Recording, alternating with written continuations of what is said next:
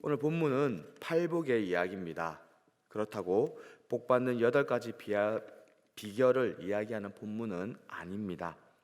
본문을 조건문으로 오해하기 쉽습니다. 심령이 가난하면 복이 있고 애통하면 복이 있다는 식으로 이해하기도 합니다. 그래서 심령이 가난한 자가 되자, 애통한 자가 되자, 그래서 복받자, 이 정도로 나아가기도 합니다. 그러나 본문은 복을 받는 조건과 자격을 언급하고 있는 것이 아니라 예수님께서 무리들을 향해 복되다라고 선언하시고 선포하고 있는 것입니다. 무엇에 대한 결핍이고 가난함인지는 모르겠지만 어쨌든 심령이 가난한 자들이 무리로 나와왔습니다. 도대체 무엇 때문에 신음하고 눈물 짓고 있는지 밝히지는 않았지만 울고는 이들이 나와왔습니다. 가슴을 치며 애통하는 자들, 통곡하는 이들이 나와왔습니다. 어떤 연유로 굶주렸는지 알 수는 없지만, 어떻게 그렇게까지 목말라 하는지 알 수는 없지만 잔뜩 굶주리고 목마른 자들이 나와왔습니다. 그들 향해 예수님께서는 선언하고 계시는 것입니다. 너희가 복되다. 정확히 언급은 안 되었을지라도 지금 예수님 앞에 나와 서 있는 이 무리들은 가난한 심령이고 눈물 가득한 심령이고 목마른 심령이고 서름 많은 사람들임에는 틀림없다는 것입니다. 우리가 어제 읽었던 마태복음 4장 12절부터 16절을 보시면 예수께서 요한이 잡혔음을 들으시고 갈릴리로 물러가셨다가 나사렛을 떠나 스불론과 납달리 지경 해변에 있는 가버나움에 가서 사시니 이는 선지자 이사야를 통하여 하신 말씀을 이루려 하심이라. 일렀으되 스불론 땅과 납달리 땅과 요단강 저편 해변길과 이방의 갈릴리여, 흑암에 앉은 백성이 큰 빛을 보았고 사망의 땅과 그늘에 앉은 자들에게 빛이 비치었도다 하였느니라.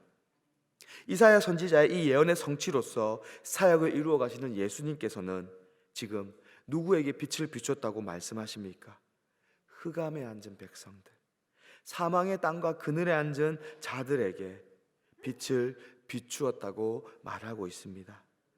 또한 이어서 4장 23절 24절에 예수께서 온 갈릴리에 두루 다니사 그들을 회당에서 가르치시며 천국 복음을 전파하시며 백성 중에 모든 병과 모든 약한 것을 고치시니 그의 소문이 온 수리아에 퍼진지라. 사람들이 모든 앓는 자, 곧 각종 병에 걸려서 고통당하는 자, 귀신 들린 자, 간질하는 자, 중풍병자들을 데려오니 그들을 고치시더라.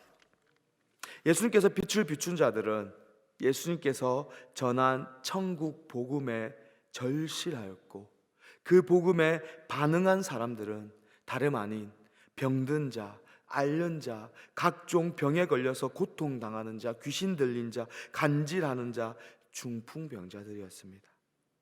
다시 말해서 오늘 팔복의 설교는, 이 설교의 청중의 무리들은 이와 유사한 고달프고 비루한 인생들이었던 것입니다. 가진 것이라고는 심령의 가난함, 메마름 뿐이고, 할 줄 아는 것이라고는 눈물 짓는 것 뿐이고, 신음하고 한숨 짓는 것 뿐인 이들, 애통해하며 통곡하는 것뿐인 인생들 말입니다. 그들을 가엾게 예수님께 무리지어 나와 앉아 있습니다. 복이라고는 좁쌀만큼도 얻지 못한 그들이, 오히려 부정하고 저주받은 것처럼 보이는 그들이, 정말 보기만 해도 짠하고 서글픔이 마음 깊숙이부터 올라오는 그들이 나와 앉아 있고, 주님께서는 그들을 향하여 소리 높여 선포하고 계시는 것입니다. 너희가 복이 있다. 너에게 천국이 있는 것이다. 너에게 하늘의 위로가 있는 것이란다. 너에게 진정한 배부름이 있단다. 저 복 많은 것처럼 보이는 저들 말이다. 너희가 그토록 부러워하는 저 떵떵거리는 사람들, 그들은 결코 천국을 모른다.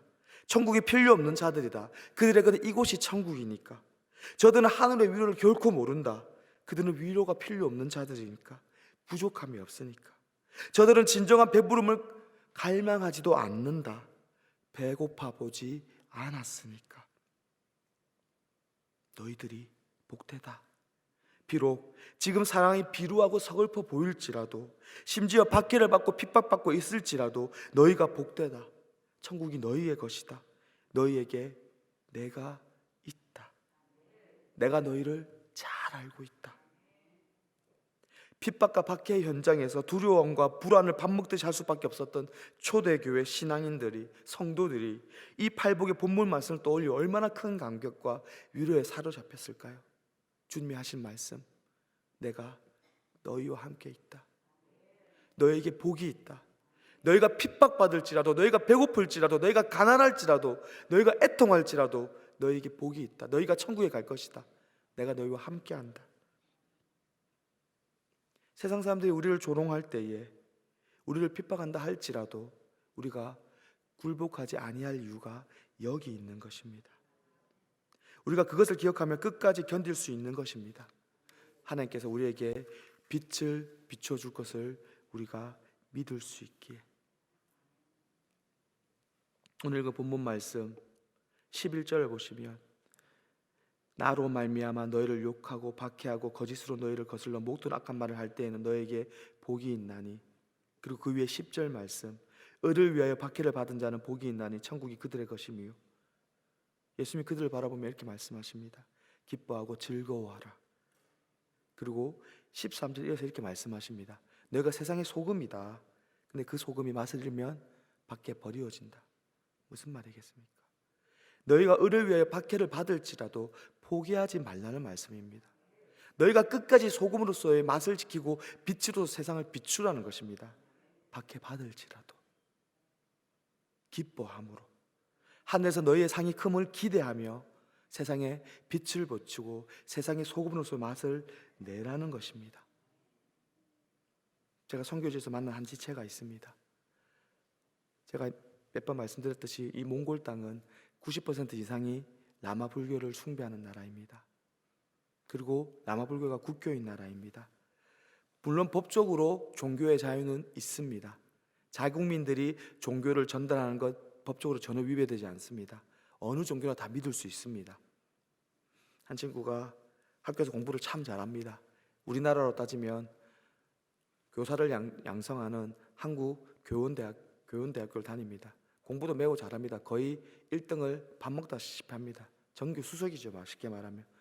늘 학교에서 장학금을 받아서 그 장학금을 가지고 어려운 생계를 꾸려나가고 동생들 학비를 내고 자기 학비를 감당하는 그런 열심히 있는 친구였습니다. 애주가 어느 날 저를 찾아와서 펑펑 우는 겁니다. 저는 이유를 모르니까 그냥 학교 갔다 왔는데 애가 갑자기 와서 펑펑 우니까 그냥 다독거려주고 기다렸습니다. 한참을 펑펑 이 친구가 고백을 합니다. 선생님, 저희 학교에서 저한테 장학금을 이번에 안 준대요. 저희 학교 선생님이, 저희 학교 교수님이 저한테 장학금 주기 싫대요. 제가 예수 믿는 것 때문에 저한테 장학금 안 줄 거래요. 저보다 공부도 못하고 저보다 성적도 안 나왔지만 라마 불교 열심히 믿고 있는 친구가 있어서 그 친구한테 장학금 줄 거래요. 뭐라고 할 말이 없었습니다. 그냥 하나님의 선하신 뜻을 기대해보자라고 기도하였고 그 친구를 달랬습니다. 이게 예수 믿는 것 때문에 핍박받는 거잖아요. 근데 우리는 그런 거 생각하지 않고 조금만 내한테 힘든 일이 있어도 내가 예수 믿어서 핍박받는다 이렇게 고백하잖아요. 이 친구에서 계속 기도하였습니다. 이 친구가 실족하지 않도록 함께 기도하였습니다. 그리고 한국에서 단기팀이 왔습니다. 그리고 이 친구의 사연을 들은 그 단기팀에 함께 오신 한 장로님께서 약속을 해주셨습니다. 예수 믿는 것 때문에 흔들리지 말라고. 주님이 나를 그래서 보내신 것 같다고. 내가 후원할 학생을 찾고 있었다고. 이 친구가 대학을 졸업하는 그 시간까지 이 장로님의 모든 학비와 모든 생활비를 지원해 주기로 약속해 주셨습니다. 하나님이 그렇게 역사하십니다. 우리가 주님 때문에 핍박받을 때 그거 그냥 내버려 두지는 않으신다는 겁니다. 우리가 그것을 잘 이겨낼 때에 하나님이 그것을 채워 주시더라는 것입니다. 우리가 기억할 것은 내가 세상에서 핍박받을지라도, 애통해 할지라도, 고난 당할지라도, 굶주릴지라도 끝까지 주님 의지해서 빛으로서 소금으로서의 사명을 감당할 수 있어야 한다는 것입니다. 근데 오늘 이 시대를 살아가는 우리 그리스도인들에게 그 감격이 얼마나 있을까요?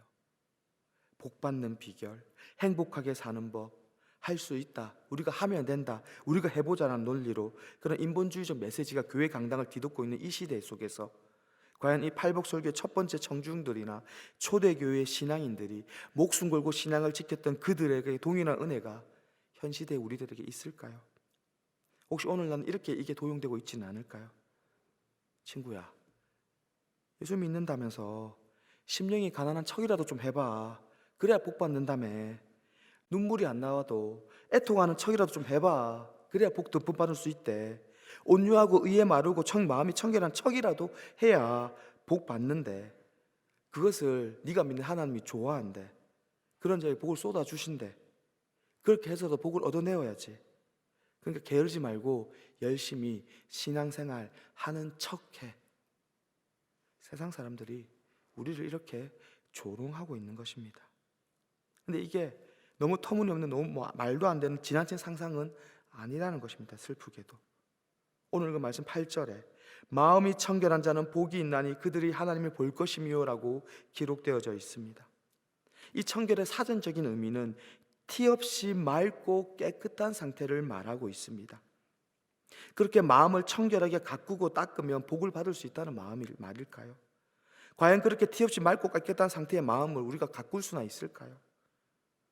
수도와 정진으로 마음을 청결하게 하겠다고 열심히 닦아내는 분들이 계십니다. 산속에 스님들도 계시고요, 수녀원이나 수도원에도 계십니다. 그분들. 그러면 그런 자들에게만 복이 있다는 말씀일까요? 아니라는 것입니다. 예레미야 17장 9절에 만물보다 거짓되고 심히 부패한 것은 마음이라 누가 능히 이를 알리오마는, 사람의 마음만큼 더럽고 부패한 것이 없다는 것입니다. 그토록 요물이 없다는 것입니다. 누구도 부정하기 힘들다는 것입니다. 그런 상태의 인생들을 향해 사도 바울은 뭐라고 선언합니까? 에베소서 2장 1절에서 모든 인간은 죄와 허물로 죽은 자라고 선언합니다. 다시 말해서 우리네 인생은 스스로 마음을 청결하게 할 수 없다는 것입니다. 우리는 죄인이다, 그렇게 선언하고 있는 것입니다. 그렇게 선언하고 시작되는 게 우리가 믿는 기독교입니다. 그런 우리에게 그래도 노력이라도 해봐라, 청결하게 하려고 열심히 부르라고 지금 세상은 종용하고 있는 것입니다. 근데 그렇지 않다는 것입니다. 마음을 청결하게 하고픈 소원은 있으나 그 실력과 그 능력 저희들한테 없습니다. 내가 원하는 바 선은 행하지 아니하고 도리어 원하지 아니하는 바 악을 행하는도다. 로마서 7장 19절의 말씀입니다. 이 고백이 사실 우리가 인생을 살아가면서 제일 많이 하는 고백 아닙니까? 그런 우리에게 탄식 당연합니다. 오라 공고한 저로다, 이 사망의 몸에서 누가 나를 건져내랴. 로마서 7장 24절 말씀. 그렇게 탄식할 수밖에 없는 이 인생들이 무엇을 붙들어야 되겠습니까? 내 능력, 내 힘, 내 생각, 내 주변 사람들, 내 인맥, 내가 그동안 뿌려왔던 수많은 인간관계들, 내 학력, 내 돈, 내가 열심히 키웠던 내 자녀들, 그것들 의지해도 결국은 없어진다는 겁니다. 그래도 결국 우리는 탄식할 수밖에 없다는 겁니다. 그래서 우리에게는 은혜가 절실하다는 것입니다. 오직 하나님 한 분만을 절박하게, 정말 그분만을 간절히 부르짖어야 된다는 것입니다. 그렇게 애타게 가난한 마음으로, 목마른 마음으로 하나님밖에 답을 구할 수 없는 자들, 지금 예수님은 그런 자들이 복되다 하시는 겁니다. 세상의 것을 한 손에 움켜쥐고 한 손에는 주님을 잡으러 아둥바둥 거리는 자들 향해서 복되다 말씀하지 않으셨습니다. 세상의 것 하나도 없을지라도 주님 한 분만 잡으려고 목숨 걸고 달려드는 자들, 애통해하는 자들, 그런 자들을 복되다 하시는 겁니다. 애통이 무엇입니까? 나의 가족을 여미거나 내가 진실로 믿었던, 생명까지 줘도 아깝지 않은 진실로 믿었던 자에게 배신을 당해서 느껴지는 그 감정이 애통이라고 하지 않습니까? 그렇게 애통해야 된다는 겁니다. 주님 한 분만 바라보기 위해서. 다시 말해서 오늘 팔복은 소원함은 있으나 그렇게 할 수 없는, 그렇게 할 수 있는 실력이 없는 자들, 하나님 한 분만을 간절하고 절실되게 바라볼 수밖에 없는 자들, 세상에서 내가 아무것도 할 수 없기 때문에 오히려 주님만 더 간절히 찾는 자들, 그저 목마른 자들, 그저 가난한 자들, 그저 답답하고 망박한 자들, 통곡스러운 자들, 눈물과 한숨만 나오는 자들, 그러한 비루한 인생을 향해서 주님 선포하신 것입니다. 여러분은 어떠하십니까? 우리가 흔히들 비루하다 얘기하면 나는 그런 비루한 인생 살기 싫어요. 나는 이 땅에서 떵떵거리고 살고 싶어요. 나는 부귀영화 누리고 싶어요. 나는 내 자손들, 내 자녀들, 내 자손들이 잘 됐으면 좋겠어요. 나는 열심히 공부해서 좋은 대학 가고 좋은 곳에 취업해서 내 노후가 보장받았으면 좋겠어요. 그렇게 되면 주님도 잘 믿을게요. 그렇게 되면 주님께 11조 더 많이 할게요. 감사한금 더 많이 할게요. 주님 내게 복 주신 만큼 내가 주님께 더 많이 돌려드릴게요. 우리는 그렇게 외치고 있지 않습니까? 근데 그게 아니라는 겁니다. 주님과 거래하려고 하지 마십시오, 성도 여러분. 주님은 우리가 그것들 움켜쥐려는 손조차 풀어버리고 이 손조차 욜로 옮겨서 두 손으로 꼭 주님만 붙잡기를 원하고 계신다는 것입니다. 나의 상태 하나하나를 언급한 것이 오늘 팔복입니다. 심령이 가난한 자, 애통하는 자, 온유한 자, 의에 줄이고 목마른 자, 긍휼히 여기는 자, 마음이 청결한 자, 화평하게 하는 자, 의를 위하여 박해를 받는 자, 그 자들에게 복이 있다 말씀하셨는데 그 자들이 바로 저와 여러분의 삶의 모습이어야 한다는 것입니다. 그리고 우리의 삶의 모습입니다. 주님이 그것을 아시고 지금 우리에게 강력하게 선포하고 계시는 것입니다.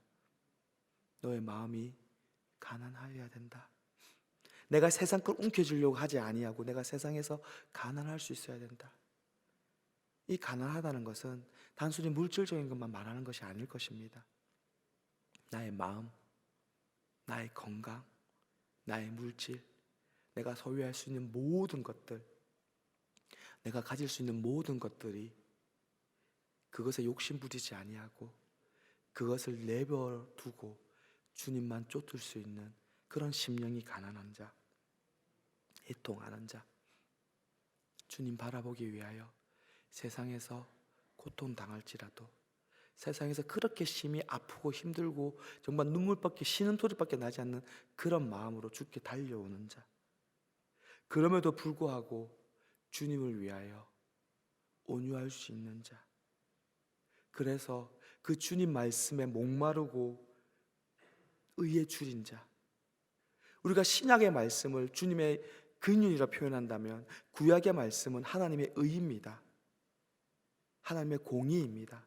그 하나님의 의에 줄인 자, 하나님이 하라고 하는 말씀에 순종할 수 있는 자, 그리고 이 땅을 긍휼히 여김으로써 주님이 바라보는 그 애통하는 백성들을 바라보며 같이 마음 아파하고 같이 눈물 흘릴 수 있는 그 주위를 둘러볼 수 있는 긍휼이 있는 자, 그래서 그 모든 것을 가지고 마음이 청결함으로 이 땅을 화평하게 할 수 있는 자, 하나님 복음 전함으로 하나님과 인간 사이의 다리 역할을 주님이 하셨듯이 이제 주님과 세상에 안 믿는 자리에 다리 역할을 우리가 하면 세상과 주님을 화평하게 만들 수 있는 자, 그들이 지금 복이 있다고 예수님이 선포하시는 것입니다.